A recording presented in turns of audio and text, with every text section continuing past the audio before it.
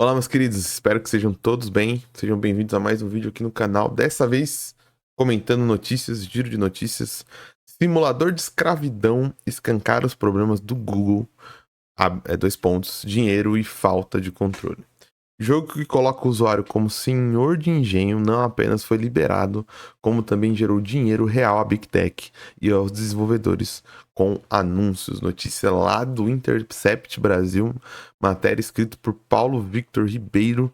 Mas antes de começar a leitura e o comentário dessa notícia, gostaria de pedir o seu like, o seu joinha aí, ajuda muito, a sua inscrição e o seu comentário, se você quiser e puder, ajuda muito meu trabalho compartilhar.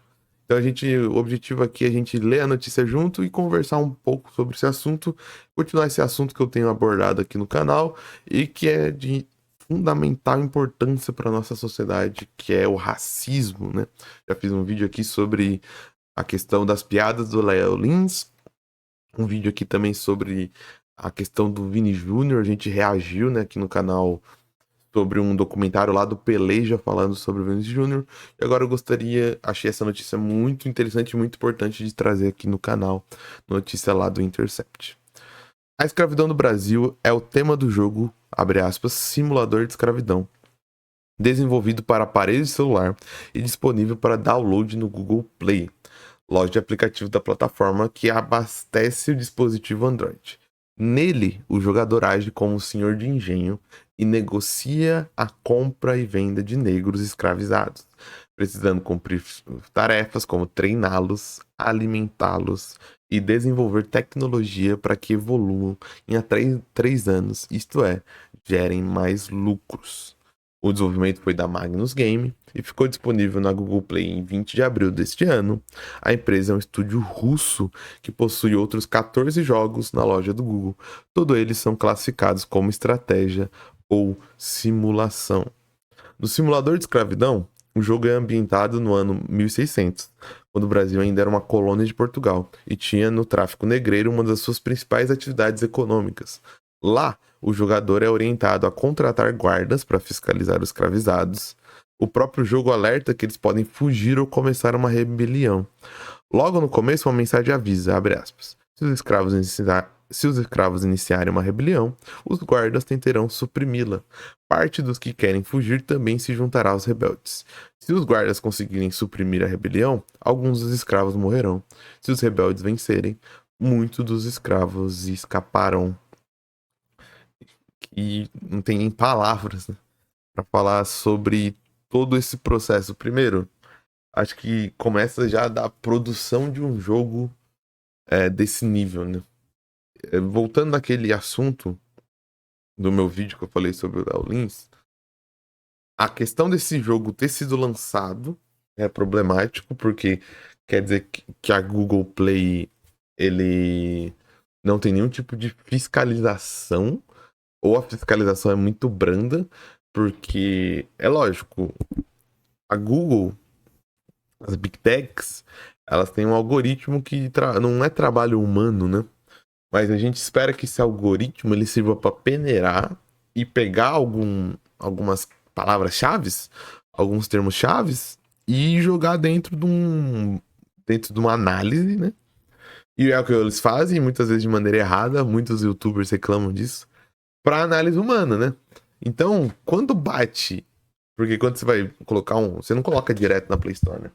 Tem que fazer uma análise e tal, tem que mandar fazer uma proposta, colocar lá, cadastrar o jogo. Quando bate lá no sistema da Google, simulador de escravidão, sério que o algoritmo não pegou e levou para análise humana do que seria esse jogo? Tipo, sério que E se o algoritmo pegou, a análise humana achou de boa aprovar esse jogo? A análise humana não viu erro em tudo isso aqui? A análise manual do cara do estagiário, seja lá quem for. Então, todas as possibilidades são erradas, né? Todas as possibilidades são absurdas. Primeiro, a possibilidade de que esse algoritmo ele não foi treinado para pegar palavras-chave como escravidão, nem coisas problemáticas como escravidão. E se ele foi treinado, pior ainda mais, porque quer dizer que foi para foi pro manual, foi pra análise humana, e a análise humana achou de boa liberar esse jogo. Falou, tranquilão. E o segundo problemático é a Magnus Games produzir um jogo desse. E parece que eles, apesar de ser uma empresa russa, eles produziram para o público brasileiro, sabe? No contexto brasileiro. E eles não acharam em nenhum momento errado isso. Em nenhum momento teve um pensamento ético de que não era engraçado, não era divertido. Caramba, cara. O dinheiro ganho pelo Senhor do Engenho também deve ser usado, segundo o próprio tutorial ensina, para subornar funcionários para frear o progresso da abolição da escravatura. O jogador perde a partida se a escravidão for abolida. No Brasil, isso aconteceu só em 1888. Fomos o último país das Américas a abolir a prática. Isso diz muito sobre nós e a nossa história, né? Antes de iniciar o jogo, o estúdio que desenvolveu a simulação inseriu uma notificação dizendo que o jogo foi criado exclusivamente para fins de entretenimento. Nosso estúdio condena a escravidão em qualquer forma. Todo o conteúdo do jogo é fictício e não está vinculado a eventos históricos específicos. Todas as coincidências são acidentais.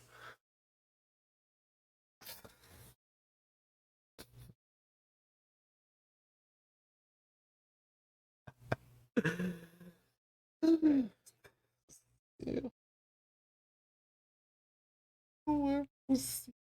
Os caras meteram uma dessa, mano. Como assim, cara? Como? O nome do jogo é Simulador de Escravidão. O jogo é ambientado em 1600, certo?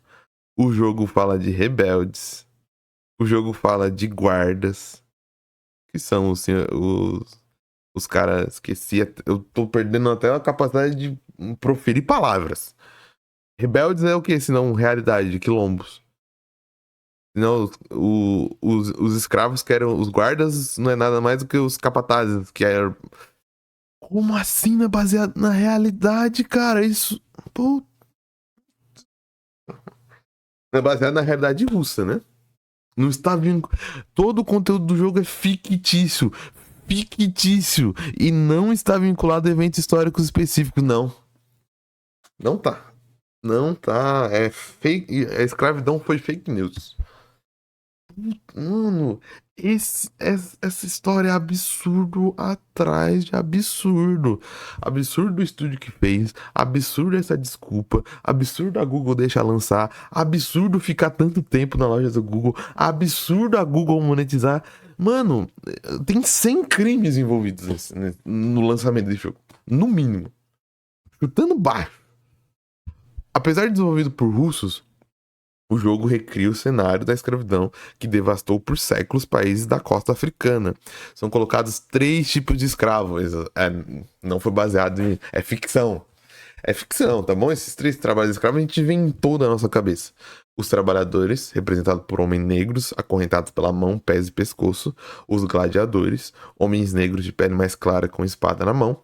E as cortesãs, com mulheres hipersexualizadas em trajes curtos. Há ainda uma fase do jogo que as indica em locais como bordéis, danças exóticas e clubes de elite. Cada tipo de escravizado tem um valor específico no mercado virtual e seus preços mudam constantemente, assina o desenvolvedor. Mano, os caras, eles detalharam o jogo. Não é tipo que eles fizeram um jogo rapidinho assim, sabe? Eles realmente detalharam o jogo. Eles desenvolveram o jogo com riquezas de detalhes. E eles não perceberam que isso era errado? Eles não perceberam que isso feria eticamente toda a história? Tratar isso como entretenimento é o cúmulo do cúmulo. É como eu falei no vídeo do Elins, as pessoas, por vários motivos, por motivos que são ruins e por motivos que não, de ruindade moral, tô falando, elas não têm noção do que foi o período escravocrata. Elas esqueceram, ou elas fantasiam, elas fetichizam, elas imaginam um cenário, acham que é ficção, acham que é brincadeira. E não é, cara. Olha a riqueza de detalhes. Detalhes contextuais. Não tô falando que o jogo era maravilhoso, de bonito. Não tô falando detalhes gráficos. Tô falando detalhes contextuais dele colocar tipos de escravo, colocar as mulheres em tipos diferentes, detalhar os preços. Ele precisa de uma complexidade até computacional. Ele precisa fazer um gráfico. Ele precisa. Gráfico não. Ele precisa fazer um código que vai automatizar o cálculo desses. E muitas vezes não é um código muito simples. Quer dizer, eu chuto, né? Não sou desenvolvedor de jogos. Dinheiro real para os desenvolvedores. A escravidão como entretenimento rende dinheiro real aos criadores da plataforma. O jogo é recheado de anúncios mediados pelo Google, que repassa parte dos valores aos criadores. A anuência do Google não fere apenas o artigo 287 do Código Penal, que qualifica o crime de apologia, mas suas próprias políticas de publicação, como é praxe na empresa.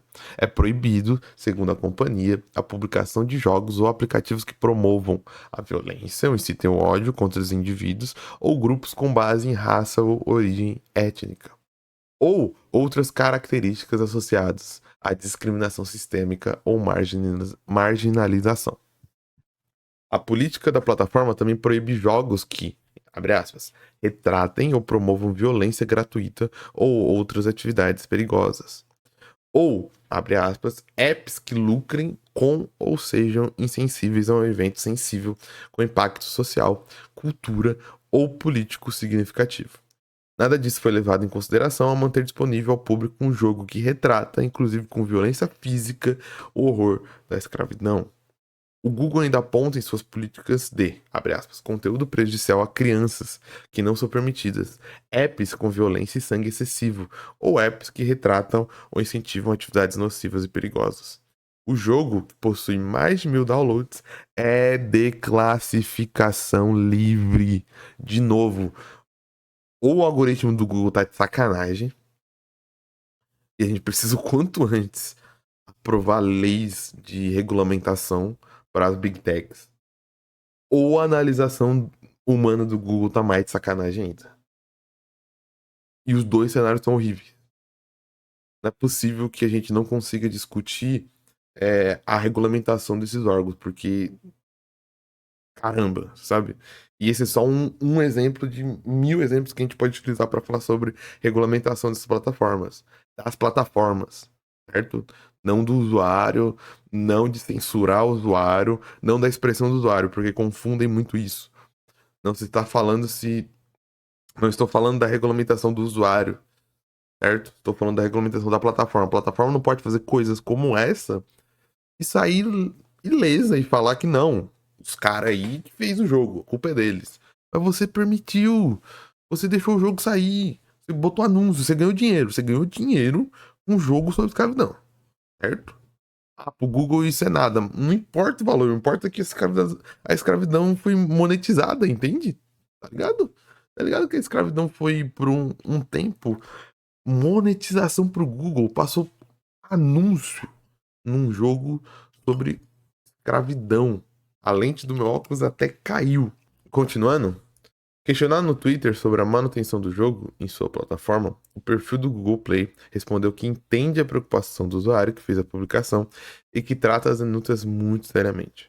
O tweet deixa um link para que as pessoas denunciem o jogo. Assim, o Google diz: nosso time poderá investigar. Cara, deixa o jogo, a escravidão, ser publicado. Eles colocam publicidade no jogo, ganham dinheiro com a publicidade do jogo e depois o usuário tem que denunciar. Pô, gente, desculpa, cara, mas é que eu não posso fazer nada. Denunciem, gente. A gente não viu. Desculpa. Perguntamos ao Google quais suas políticas de publicação de aplicativos os jogos violavam. Quais eram os recursos de detecção de discurso de ódio ou violência que a plataforma possui? Nenhum. Se a empresa concorda com a retratação dada ao tema da escravidão, e se a empresa está de acordo com a classificação etária aplicada aos títulos. Os títulos foram retirados do Google Play, mas nossos questionamentos não foram respondidos até a publicação. O desenvolvedor parece não ter sofrido nenhum tipo de penalidade pela empresa. Os outros jogos da Magnus Game continuam ativos normalmente na plataforma. O jogo, além de violar as políticas da plataforma, abre parênteses, não é a autorregulação que eles querem, também viola a lei e pode ser considerada apologia à escravidão.